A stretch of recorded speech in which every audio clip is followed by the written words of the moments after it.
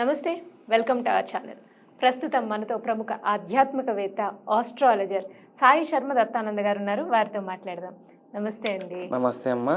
హోరాల గురించి మాట్లాడుతున్నామండి. దానిలో భాగంగా శనిహోర అనేది ఏ సమయంలో వస్తుంది, అలాగే ఎటువంటి విధి విధానాలు, శనిహోర అనేది ఏ సమయంలో వస్తుంది, శనిహోరాని ఎటువంటి విధి విధానాలకు ఉపయోగించుకుంటే ఫలితాలు ఉంటాయని చెప్పండి. శ్రీమాత్రే నమః. అందరికీ నమస్కారం. అమ్మ, జాతక చక్రంలో మనం చూసుకుంటే కనుక ఇద్దరికీ ఉపయోగపడాలి. ఫస్ట్ డేట్ ఆఫ్ బర్త్ లేదండి, మా జాతక చక్రం తెలియదండి అనుకుంటే వాళ్ళకి జాతకంలో అష్టమ శని, అర్ధాష్టమ శని, ఏళ్ళనాటి శని, ఇప్పుడు శని మహర్దశ, శని అంతర్దశ, లగ్నంలో శని, ఇలా శని పంచమ స్థానంలో శని, ఈ శని స్థానాల్లో ఏ స్థానంలో ఉన్నా ఒక్కొక్క స్థానం బట్టి ఒక్కొక్క ప్రభావం మన మీద పడుతుందమ్మా. ఫస్ట్ జాతక చక్రాన్ని తీసుకుంటే లగ్నంలో ఉండటం వల్ల ఏంటంటే ప్రాణ భయం, తెలియని ఏదో భయ ఆందోళన గురవుతూ ఉండటం, చిన్న విషయానికి భయపడుతూ ఉండటం, అదేవిధంగా చిన్నప్పటి నుంచే పుట్టిన దగ్గర నుంచే భయానికి ఎక్కువ గురైపోతూ ఉండటం, నిదానంగా ఉండటం, ఇలా ఇవన్నీ జరుగుతాయి. అదే పంచమ స్థానంలో శని ఉండటం వల్ల సంతానపరంగా వచ్చిపోతూ ఉండటం, గర్భం అనేది 3వ నెలలో ఇలాంటి పోయే అవకాశాలు ఉంటూ ఉంటాయి ఎక్కువ శాతం.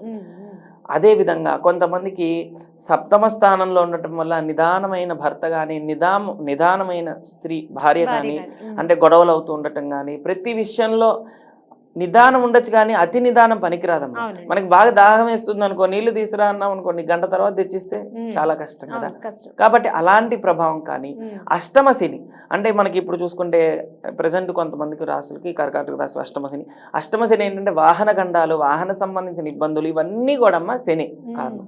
కనుక శని ప్రభావం తగ్గాలి అనుకుంటే మనకి ప్రత్యేకించి శనిహోరా సమయంలో శని కవచం చదువుకోవడం, అదేవిధంగా శనికి తైలాభిషేకం ఇష్టం, దేవాలయంకి వెళ్ళి శనికి అభిషేకం చేయించుకోవడం, తైలాభిషేకం చేయటం. అదేవిధంగా శనికి సంబంధించి చూసుకుంటే ఓం శం శనేశ్వరాయ నమః, ఇది మంత్రం అనమాట. ప్రతిరోజు శనిహోరా సమయం ఇంకా మంచిది, ప్రతిరోజు వస్తుంది శనిహోరా సమయం. శనివారం రోజు ఇంకా ప్రత్యేకించి 6 నుంచి 7 వరకు, సాయంత్రం 6 నుంచి 7 వరకు ఉంటుంది కనుక ఇది చాలా ఉపయోగపడుతుంది. కొంతమందికి కాళ్ళ సంబంధమైన వ్యాధులు వచ్చాయనుకో అమ్మ, హాస్పిటల్స్ చుట్టూ తిరిగినా తెలియకపోతే ఖచ్చితంగా ఆచరించండి, ఖచ్చితంగా పనిచేస్తుంది. శని హోరా సమయంలో శని కవచం చదువుకోండి. శనికి సంబంధించి అది నోరు తిరగట్లేదంటే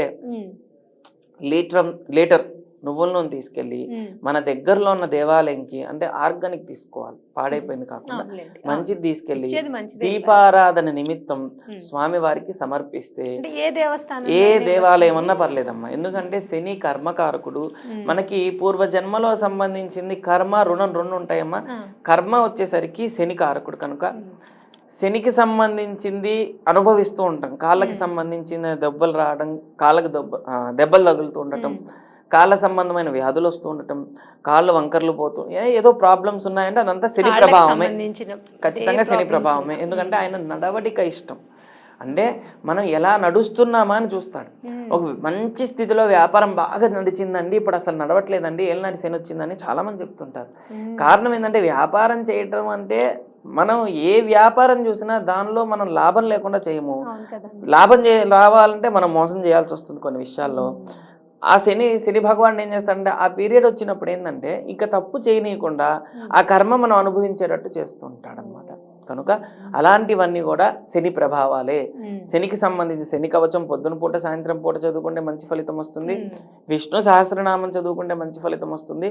లేదు మేమేం చదవలేమండి అనుకుంటే ఆయనకి ఏం బాగా ఇంట్రెస్ట్ అంటే వాకింగ్ బాగా ఇష్టం, అంటే నడవడం బాగా ఇష్టం. చెప్పాను కదా ఇందాక, ఈ నడవడికం రెండిటికి మూలం ఎవరయ్యా అంటే శని భగవానుడు. అందుకే మనం నడవడం ఆపేస్తాడు, కాళ్ళకు దెబ్బలు తగిలిచ్చి. అదే ఉద్యోగపరంగా కూడా ఆటంకాలు కలిగించి మనకి తిండి నడవడం కూడా ఆపేస్తాడు. కనుక అలాంటివి ఏవి ఆపకుండా శని భగవాన్ని ఎంత స్మరిస్తే, ఆయన ఇంకొకటి ఏంటంటే భక్తి ప్రియుడు. ఆయనకి భక్తి ప్రియుడు అనమాట. భక్తి వశ్య ఆయన మహాన్ కూడా శ్లోకంలో ఉంటుంది. ఆయన భక్తి వశ్యుడు, బాగా భక్తికి వశమైపోయి ఉంటాడు. కనుక ఆయన్ని మనం ఎంత స్మరిస్తూ, ఎంత అయ్యా నేను ఏదో తెలియక చేశాను, ఎప్పుడైనా సరే అమ్మా మన దోషాలు పోవాలంటే ఇప్పుడే చేసి వచ్చా పూజ అంటే కుదరదమ్మా. ఎంత శ్రద్ధగా, ఎంత భక్తితో స్వామి నేను చేశాను అని నమ్మకంతో మనం స్వామికి సమర్పిస్తే అది ఎంత ద్రవ్యమైనా సరే. అందుకే సత్యనారాయణ స్వామి వ్రతంలో మనం చూసుకుంటే ఎగ్జాంపుల్, అంటే ఈ పూజలన్నిట్లో సత్యనారాయణ స్వామి వ్రతంలో కథలో వస్తుంది. నీ శక్త్యానుసారం నువ్వు కలశం పెట్టమని ఉంది. అది మట్టిది పెడతావా, ఇత్తడిది పెడతావా, బంగారంది పెడతావా, రాగిది పెడతావా, నీ ఇష్టం.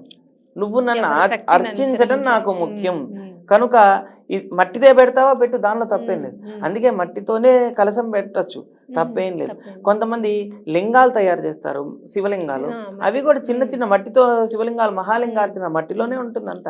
కనుక ఈ జాతకంలో గ్రహ దోషాలు ఉన్నప్పుడమ్మా, ఇలాంటి దోషాలు ఉన్నప్పుడు ఏంటంటే నువ్వుల నూనె పోసి దండం పెట్టుకోవడం, అదేవిధంగా మట్టి ప్రమిదలో ఎట్లయినా దీపం పెడతాం కదా, అందుకే మట్టి ప్రమిద అన్నిట్లో మంచిదే అనమాట. కనుక భగవంతుడు స్వీకరిస్తాడు ఖచ్చితంగా. ఫస్ట్ కావాల్సింది భక్తితో.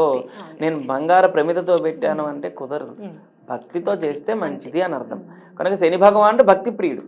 ఈ విధంగా చేస్తే ఆరోగ్యపరంగా, అదేవిధంగా కొంతమంది యాక్సిడెంట్లు బాగా అవుతుంటాయి అమ్మ తరచు. అలాంటి వాళ్ళకి ఇప్పుడు జాతకంలో జాతక చక్రం లేదు కానీ కింద పడుతూ ఉండటం అలాంటివి ఉంటాయి. అలాంటి వాళ్ళకి